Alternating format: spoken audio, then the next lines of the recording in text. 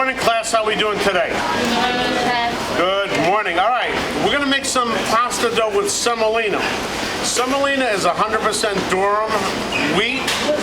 It makes for very, very tough pasta, or very, very hard pasta. Everything you find in a box is usually made with semolina. All right, the players for today. We have some all-purpose flour, to which we're going to add our semolina, which is nice, bright, and yellow. All right, and we're going to add our salt to this. We're going to mix this up and place it off on the side.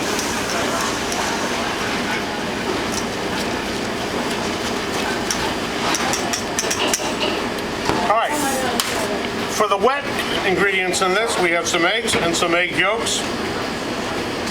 We're going to add some olive oil, roughly about a tablespoon or so. Let me get all that out. And we're going to add some water, like about 1.5 ounces, 2 ounces. All right. To this, we're going to beat it up. There you go.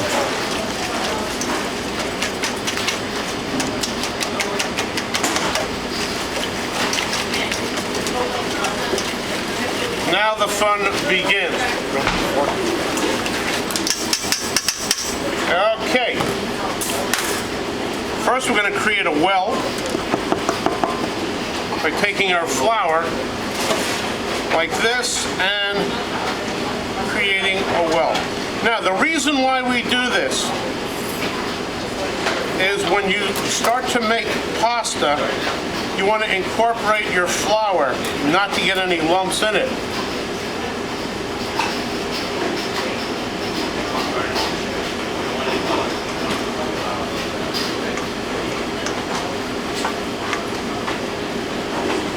Okay.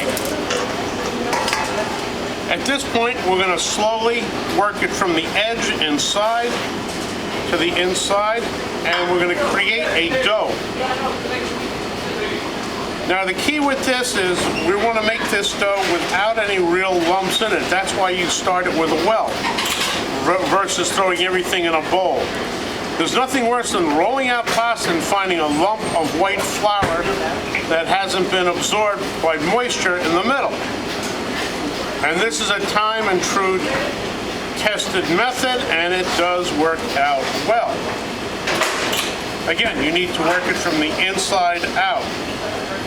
It kind of corrals your mixture of your egg, water, and oil.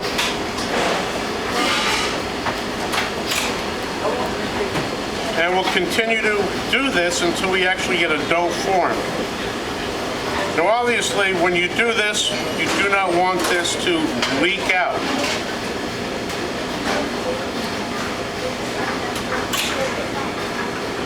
So you constantly add. The walls will collapse to the inside of this as the dough is being formed.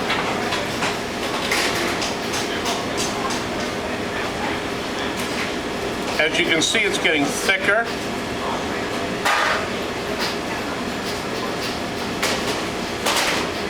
As it's coming together, we're slowly incorporating that in.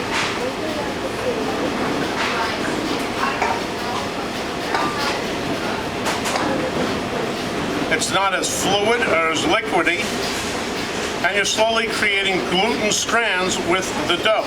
Remember, you have those two proteins, glutenin and gliadin, in the flour of both flours, and you're slowly manipulating it with the moisture in the yolks and the eggs and creating gluten strands. Those are those beautiful little strands that make everything, gives you your al dente, makes your pizza dough crispy and crunchy, and if they're very on the light notes, you get a very light cake with it. Or as we made before, a gnocchi batter. As you can see, it's starting to take shape. It's not as liquidy. So I can now incorporate a little bit more of the flour. I'm not worried about it leaking out the sides.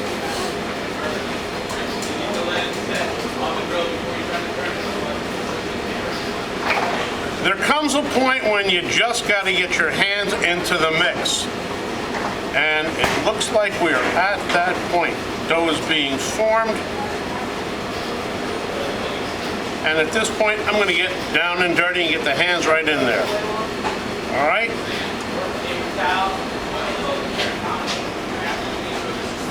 Manipulating it, slowly adding it together. Picking it up with my fingertips, pushing it with the heel of the hand.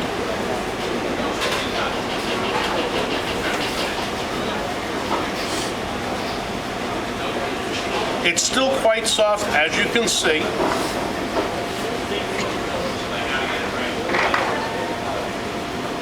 And we're going to work this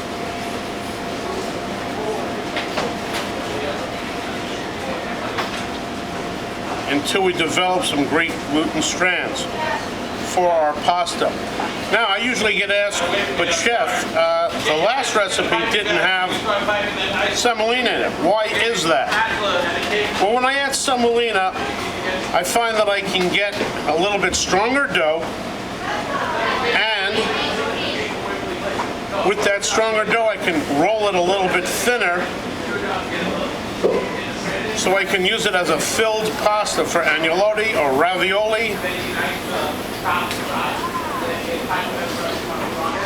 And that works out very, very well.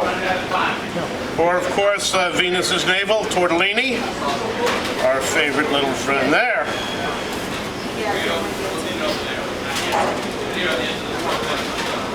All right, as you can see, we're slowly starting to create our dough, getting both hands involved at this point.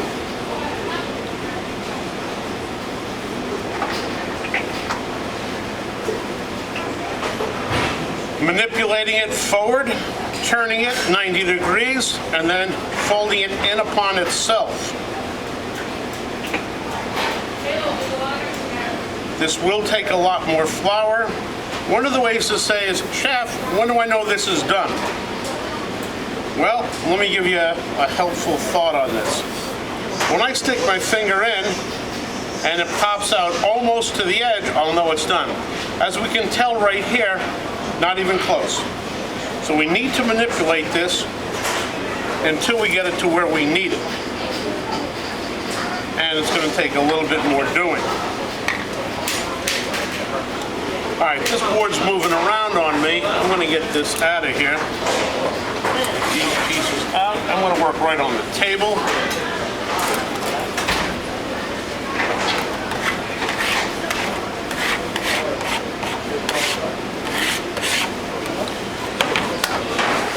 I find the table doesn't move around like the board does.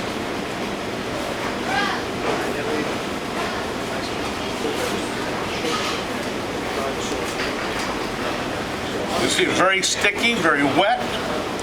Not a problem, just incorporate more flour. This dough will get actually shiny and elastic.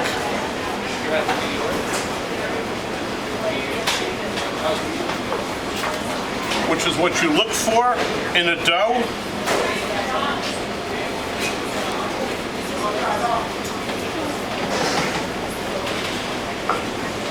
And we will manipulate this until it gets to be the consistency we're looking for.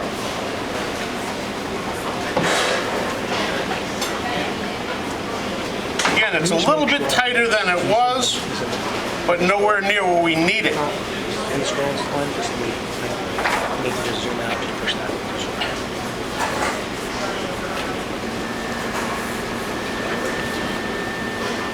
Again, manipulating it, creating our gluten strands. So when we cook our agnolotti or ravioli or tortellini, it won't break apart. But yet it'll cook up nice, soft, tender. And because I can make it thinner, it actually becomes the vehicle for your filling. That's where having a great, flavorful filling is important.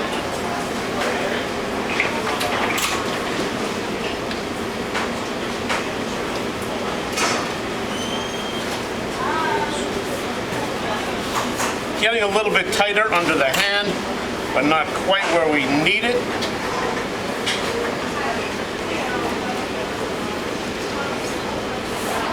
As you can see, you're literally working in all the flour. That brings us to, if we need extra flour, you always have some bench flour that you can add into this. And everything is really predicated on how moist that flour is in the kitchen. In commercial kitchens where you have a lot of liquid and moisture in the air, recipes are just that. They're just a recipe. They actually require a little bit more flour than you think they really need. But again, there's no substitute for experience of doing this, and you've got to feel it.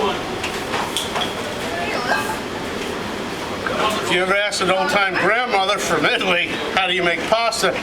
Well, I take some eggs, a little bit of salt, I make a well, some flour, and we just mix it until I get what I want. Very vague, but after you've made this for a while, you can almost see why it works that way.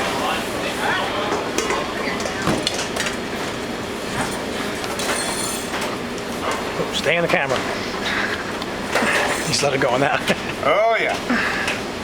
I see we have our cameraman here, Chef Fortunato, working it. Still a little tacky, and what I mean by that was when you put your hands on it, it sticks like that and doesn't want to let go. Time to add a little bench flour. And that's just regular all-purpose flour. What we're doing is the kitchen's very, very moist today. We've been making potato gnocchi, and there's a lot of moisture in the air, as it is with most commercial kitchens. You make this at home, you might not need that extra flour. Again, you need to lean into it and create those gluten strands. The better the gluten, the thinner the dough can be rolled, and it becomes a great vehicle, as I said before, for your filling.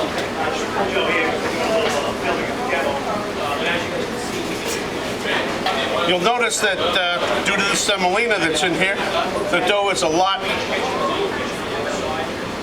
different color, taking on more of a yellow effect, and that's not a bad thing.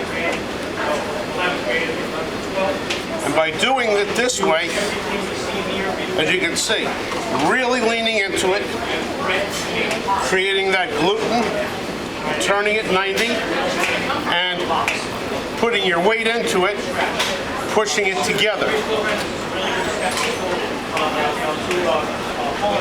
Again, turning it, and now really manipulating it. You'll notice it's starting to get a little bit of a shine to it, and that's a good thing. Just going to move this out of the way. Grab a little extra flour,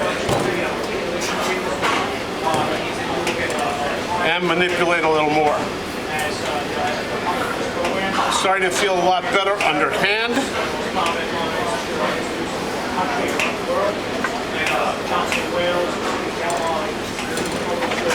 And we're manipulating. It's starting to feel good. I think we're almost done.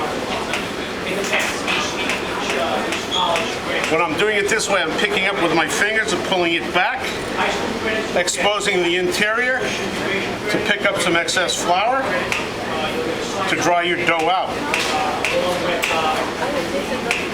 Forcing it into it and reworking it.